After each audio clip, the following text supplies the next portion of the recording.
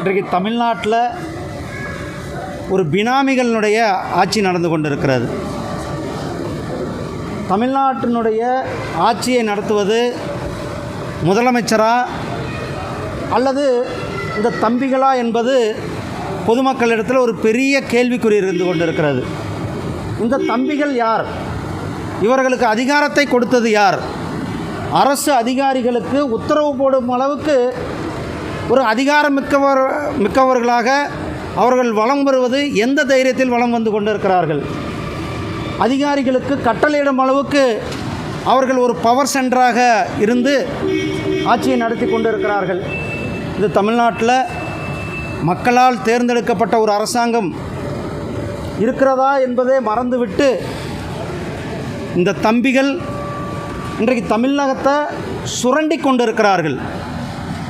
தமிழ்நாட்டினுடைய வளர்ச்சிக்கு பயன்படுத்த வேண்டிய நிதிகளை எல்லாம் ஊழல் செய்து அந்த நிதியெல்லாம் தங்களுடைய சொந்த லாபத்திற்காக பயன்படுத்துகின்ற இந்த தம்பிகள் மேலே அல்லது இந்த தம்பிகளுக்கும் திராவிட முன்னேற்ற கழகத்தினுடைய குடும்பத்தினருக்கும் என்ன உறவு? அவர்களை இயக்குவது யார்? அவர்களுக்கு என்ன தொடர்பு? அல்லது தொடர்புலாம் இந்நேரம் சொல்லியிருக்கணும்ல முதலமைச்சர் அவர்கள். வெளியில் வந்த பிறகு இந்த தம்பிகள் ரித்தீஷ் யாருன்னு எங்களுக்கு தெரியாது, ஆகாஷ் பாஸ்கர் யாருன்னு எங்களுக்கு தெரியாது, விபின் ஜுஜு யாருன்னு எங்களுக்கு தெரியாது, இப்படி இன்னும் பல தம்பி கிட்டத்தட்ட 15 தம்பிகள் சொல்கிறாங்க. இதில் ஏதோ கார்த்திக்னு 3 கார்த்திக் இருக்குதாக சொல்கிறாங்க.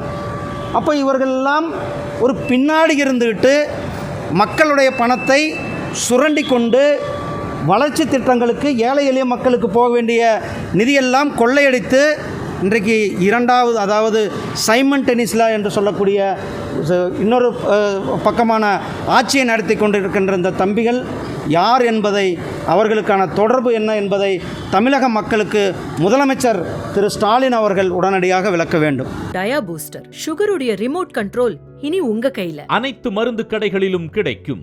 செய்திகளை உடனுக்குடன் தெரிந்து கொள்ள கீழ்கண்ட கேபிள் மற்றும் டிடிஹெச் நெட்வொர்க்குகளில் எம்நாடு செய்தி தொலைக்காட்சியை காணுங்கள்.